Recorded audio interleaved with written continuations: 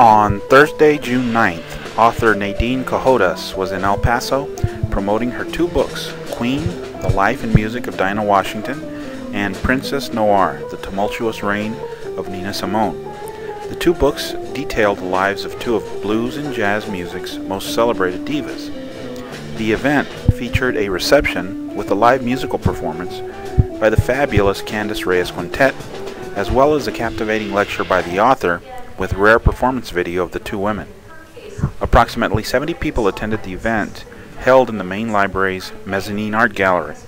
The two books are available for sale at Barnes & Noble, Amazon, and many other online book retailers.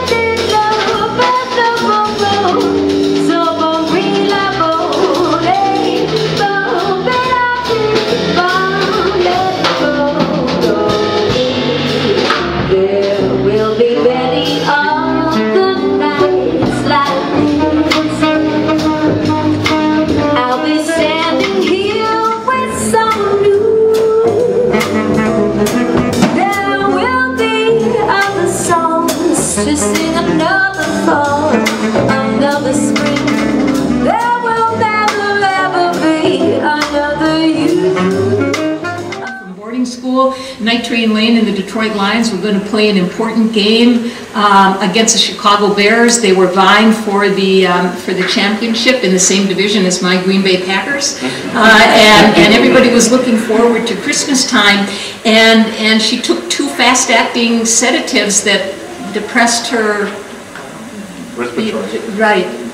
So was Nina Simone mentally alert at the end? Because I remember I saw her in concert, and at the latter part of her singing career, and I realized there was something wrong with her mentally. Right. Well, you know, I actually, with the help of some wonderful librarians, and I tip my hat to all librarians, with the help of one of the Eastern European specialists at the Library of Congress, I actually got the write-up of Nina's very last performance, which happened to be in Poland, and there was even a picture that I could have, you know, struggled to get from the paper in Warsaw. Could you send it to me? But the one I chose instead was one year before, and you can see she had beaten breast cancer, and you know, she was a little puffy, but you know wore a wig, and you're right, she wanted to keep performing, and some of the last performances, you know, had their moments that were pretty spotty, but I would bet, you know, you were there and I was not, that there would still be moments where you saw pieces of what we watched this evening. And I remember talking, Juan Iria, who lives in Paris, was her last manager, and he explained to me, and it's in the book, that in the last year and a half of her life, every Nina Simone concert was a 5-day excursion. There was a day to travel, and then a day to rest, and then the concert, another day to rest, and then you travel to the next one. And he said, how do you tell someone that the time has come not to perform? And some reviewers were less friendly than others, but this is what she did. You know, this was her mark in the world. And the same with Dinah. You know, I came to realize, at least from my understanding, they couldn't do anything but what they did.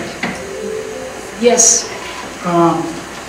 Nina Simone's songs were very, at least the later ones, were very straightforwardly commenting on social issues. Dinah's, the ones you showed us, didn't. No, it was she died in 1963, and I agree with you. I think now I have to move around, but I think you can hear me. You have to remember, Dinah was 9 years younger than Nina. Dinah is of the generation of Sarah Vaughan and Billie Holiday and Duke Ellington and Louis Armstrong and I. 9 years old. Pardon? Dinah was 9 years old. old. I'm sorry. Did I say? I apologize. That's what I meant. And in trying to understand this as an outsider on many counts, this was, she and her generation, in my view, broke barriers simply by doing and being.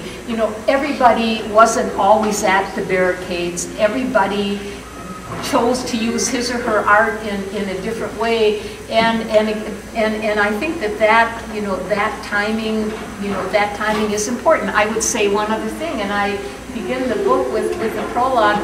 Nina's very good friends, and I call them her circle of inspiration, were Langston Hughes, and people who know Nina's music. He gave her his poem, Backlash Blues, and it's a wonderful biting blues, and she wrote the melody to his. So Langston Hughes, the late Lorraine Hansberry, Raisin in the Sun, and James Baldwin. So Nina, number one was, now I'll get it right, was 9 years younger, and was surrounded by these people. Dinah was of a different generation, although you saw Soulville, which was edging more toward, this is who I am as an African-American woman, and I make this music. But she left in 1963, so we don't know.